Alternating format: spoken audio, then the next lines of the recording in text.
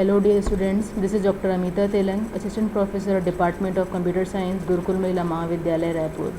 BCA final year class, subject operating system. We were discussing the various topics related to operating system. Today we will discuss real-time operating system.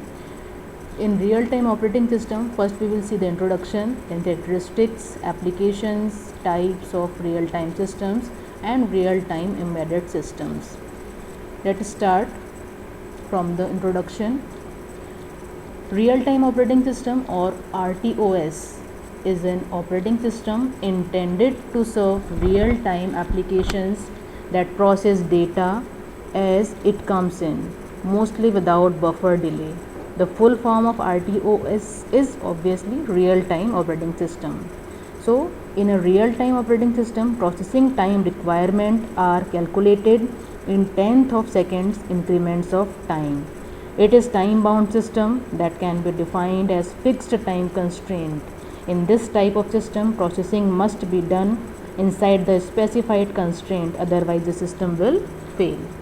The computer must analyze the data and possibly adjust control to modify the sensor's input. Means here we are working with the help of sensors and we have to follow time boundations.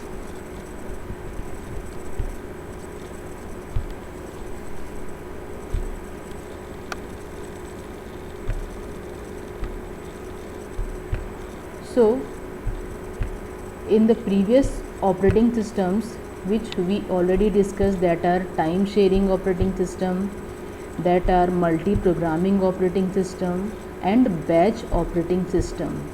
Real-time operating system, it is often used as a control device in a dedicated applications, and here sensors bring data to the computer. Now let us see the characteristics. A real-time system has well-defined fixed time constraint. Processing must be done within the defined constraint or the system will fail. As we already discussed this thing, that we are working in a real-time system, means everything that will be happen, it must be done with a time limit, otherwise the system will not work and it will fail. So for instance, it would not do for a robot arm to instruct it to halt after it had smashed into the car it was building. It is but obvious that in many real-time systems there are many kind of casualties can happen if the system will fail. So a real-time system functions correctly only if it returns the correct result within its time constraint. Contrast this system with a time sharing system where it is desirable to respond quickly, or a batch system which may have no time constraint at all. As I already told that in the old operating system, in the previous operating systems, real time system is far more beneficial and far more approved. The time taken by the system to respond to an input and display of required updated information is termed as the response time. So in this system, the response time is very less as compared to online processing. Now let us see some of the applications, some of the areas where real-time systems used. So systems that control scientific experiments, medical imaging systems, industrial control systems and certain display systems are real-time systems. Some automobile engines, fuel injection system, home appliance controller and weapon systems are also real-time systems. Scientific experiments, medical imaging systems, industrial control system, weapon system, robots, air traffic control system, etc.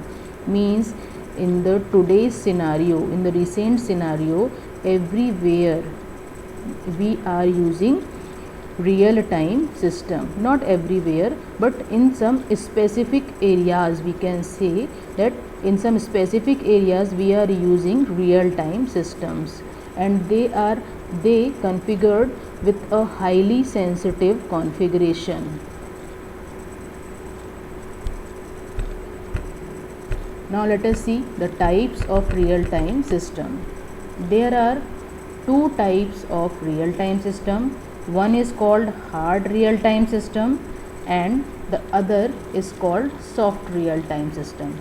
So if we are talking about hard real-time system, then one point is very important, that critical task complete on time.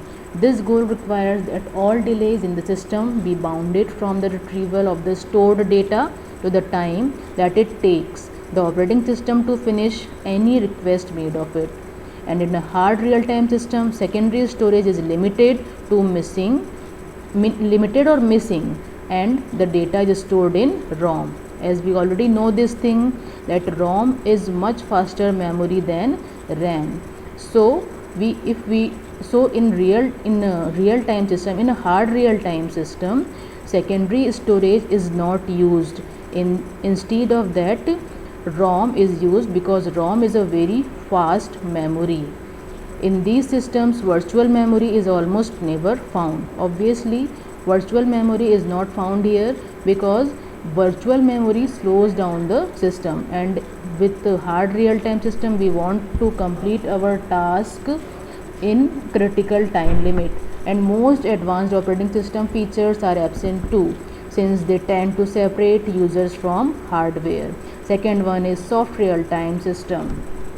In the soft real time system, they are very less restrictive. Okay, means time restrictions is less here. Means if time is up and down, then also it will manage. But in hard real time system, if the response time or result time is up down, then the system will 100% fail.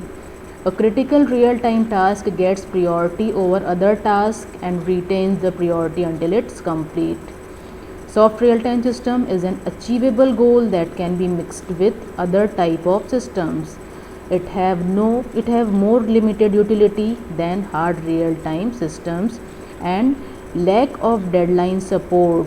They are risky to use for industrial control and robotics. So for industrial control and robotics work, only hard real time systems will use. Its application, it is used in multimedia, virtual reality, advanced scientific projects like undersea exploration and planetary rovers, etc. Now, real-time embedded systems. As we already know this thing, that everything in today's scenario, it is used in the form of embedded system. Means we are using mixed system to make or to create an advanced system. So real-time embedded systems, they are most prevalent form of computers in existence. These devices are found everywhere, from car engines and manufacturing robots to VCR and microwave ovens. They tend to have very specific tasks. Okay, means we are embedding or we are mixing the real time system with other type of system, and we are commonly making our daily work machines. We are using our daily machines, we are creating our daily machines with the real time system. The system they run on are usually primitive, and so the operating system provide limited features. Usually they have little or no user interface. Okay, so we all know this thing. If we are using VCR, if we are using microwave, if we are using some kind of other household appliance, then we don't know, we only interact with the interface. We don't care about the operating system or anything else. Okay, means user interface is very less in that system. So there are real time systems are used along with other user systems. Embedded systems almost always run real time operating system. These embedded systems vary considerably. Some are general purpose computers running standard operating systems such as Unix, with special purpose applications to implement the functionality. Others are hardware devices with a special purpose embedded operating system providing just the functionality desired.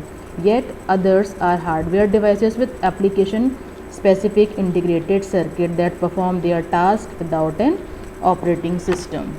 So in the real time system, what we have discussed till that why we use RTOS, because it offers priority based scheduling which allows you to separate analytical processing from non critical processing.